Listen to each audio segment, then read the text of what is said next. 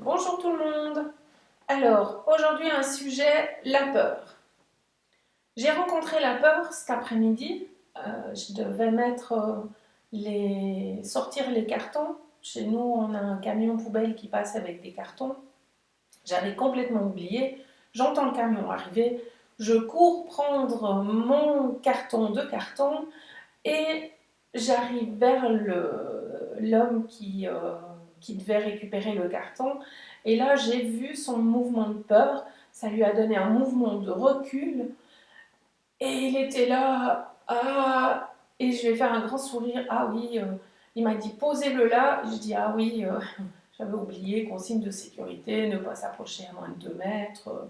Voilà. Et vraiment, ce qui m'a frappé, c'est la peur, le mouvement de recul. Et j'ai pris le temps d'observer, mais tiens, qu'est-ce que ça me dit à moi, à l'intérieur, cette situation. D'abord, je vois un grand sourire, et puis je me dis, mais qu'est-ce que c'est que cette peur? Alors, j'ai eu envie de partager avec vous mon analyse de la situation. Alors, il y a, on va dire, 50 millions d'années, il y avait sur cette planète des animaux humains, et on était vraiment encore à l'époque au stade animal. Et là, nous avions un cerveau reptilien, donc, et à l'époque, la peur servait à fuir, à se défendre, à attaquer s'il fallait. Mais tout ça, cette peur, elle engageait notre corps. C'est-à-dire que la peur créait toute une série de réponses hormonales qui allait faire en sorte que le corps allait pouvoir s'engager, soit il allait fuir, soit la musculature s'engageait pour aller combattre, mais il y avait toute une mise en route hormonale et toute une série d'actions physiques qui découlaient du fait que la peur avait enclenché toute une série d'actions qui allaient permettre à l'animal humain soit de fuir, soit de peut-être aller tuer du gibier. Et là, on est en 2020, bien des années après ça. On a toujours notre cerveau reptilien, c'est une petite partie de notre cerveau. Et cette peur est toujours là à s'activer, pas toujours à bon escient. Et là, on va voir un petit peu certains éléments pour comprendre comment ça marche. Par exemple, vous avez peur de perdre votre travail. Est-ce que dans ce cas-là, votre corps il a besoin de s'engager dans quelque chose? Non. Donc du coup, ça va vous déclencher toute une série d'hormones et le corps ne va pas s'engager pour quelque chose, il ne va pas passer à l'action. Et du coup, ces hormones vont comme empoisonner votre système, vont empoisonner votre système nerveux du fait que le cerveau a balancé des hormones, mais l'action ne suit pas derrière. Alors, on a aussi la peur que notre conjoint nous quitte, la peur qu'il arrive quelque chose à nos enfants, la peur de ne plus avoir de travail. Enfin, il y a toute une série de peurs, en fait, qui sont ce que moi j'appelle des peurs mentales. C'est-à-dire que au niveau de notre mental, on va commencer à imaginer, hypothétiser sur une situation qui va nous engendrer de la peur parce que par rapport à cette situation, c'est toujours des situations où on va imaginer du manque. Il va nous manquer à la fin du mois de l'argent, il va nous manquer quelque chose pour nos enfants, il va manquer quelque chose dans notre vie et c'est toujours une notion de manque qui va être le résultat de la peur et à la suite de ça, émotionnellement, ça va aller en cascade et là, alors ça va vraiment être au niveau des pensées et des émotions que ça va être en cascade, c'est-à-dire que par rapport à ça, vous allez avoir un manque, du coup vous allez activer de la frustration, de l'angoisse, du mal-être, et tout ça, et vous allez rester dans cette espèce de mélasse qui colle de partout, et vous vous dites là, mais non, mais c'est plus possible. Et il n'y a plus de porte de sortie. Alors, ce qu'il faut savoir, c'est que la peur, à un moment donné, elle a sa petite vie autonome, et c'est comme si elle se débrouille toute seule pour entretenir le cercle vicieux dans lequel vous êtes. Elle va se débrouiller pour vivre sa petite vie et vous laisser croire que c'est vous qui avez peur, alors que c'est juste une histoire ou un scénario que vous avez imaginé, créé avec votre imagination, qui vit sa propre vie à l'intérieur de vous et vous croyez que c'est vous. La peur, c'est vraiment quelque chose j'ai envie de dire, de vicieux. Ouais, de vicieux, parce que ça va toujours se servir de vos mémoires, en fait, des événements du passé. Ça se référence à un passé, et par là-dessus, on va imaginer du manque par rapport à ce passé. La peur,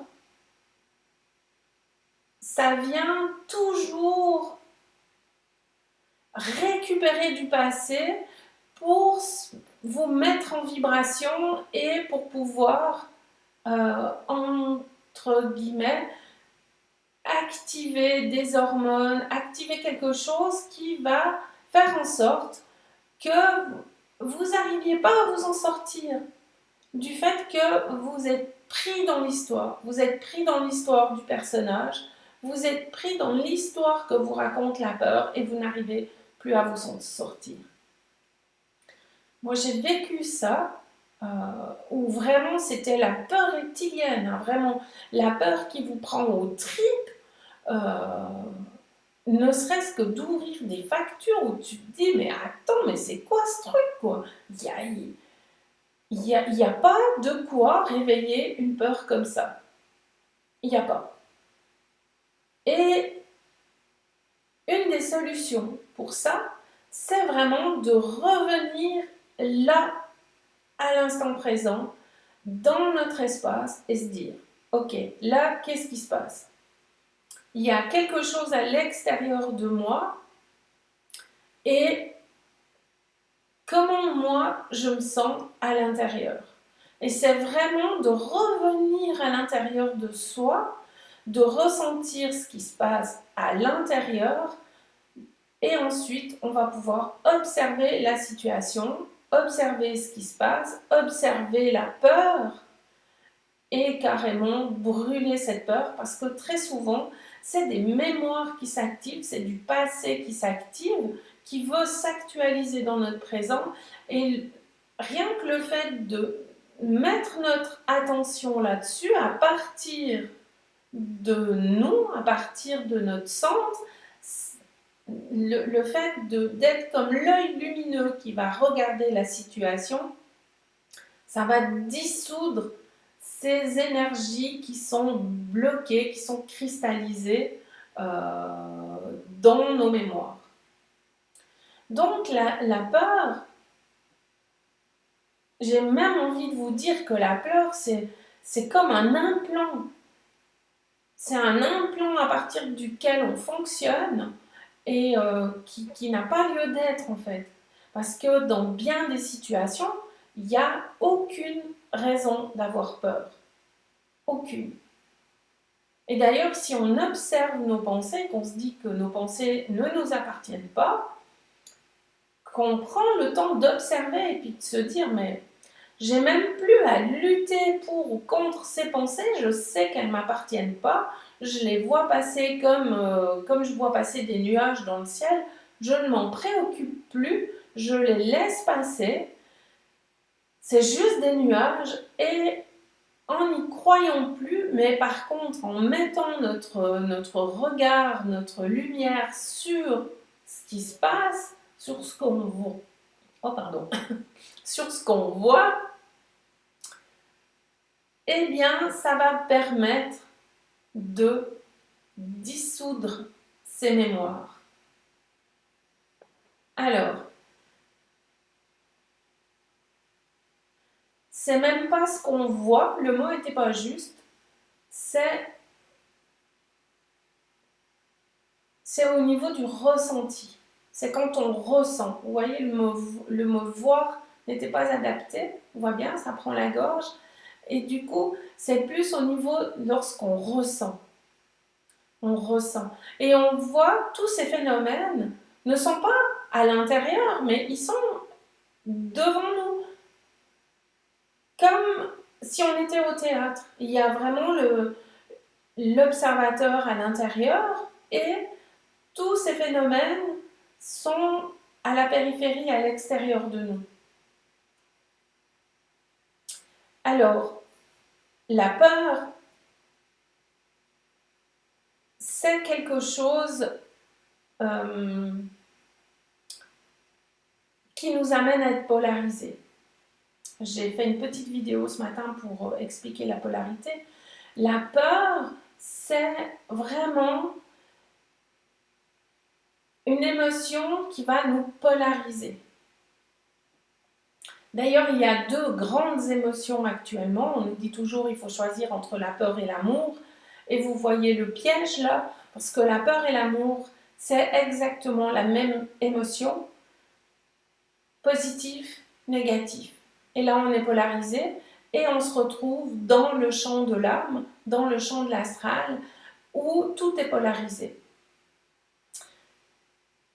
Mais on peut en sortir, c'est la bonne nouvelle. On peut sortir de cette polarité. À un moment donné, on peut devenir neutre. En fait, le but de ce que je vous explique, en fait, c'est d'arriver à être neutre. Lorsqu'on est neutre, on n'a plus notre émotionnel qui se met en route et du coup, bien entendu qu'on est plus froid, bien entendu qu'on a un tout autre regard, mais ça nous permet de plus vivre sous le joug de l'âme et de commencer à être créatif et de commencer à être dans le savoir instantané, dans la vie instantanée, dans le flux de la vie et on commence là vraiment à être vivant. À bientôt pour une prochaine vidéo.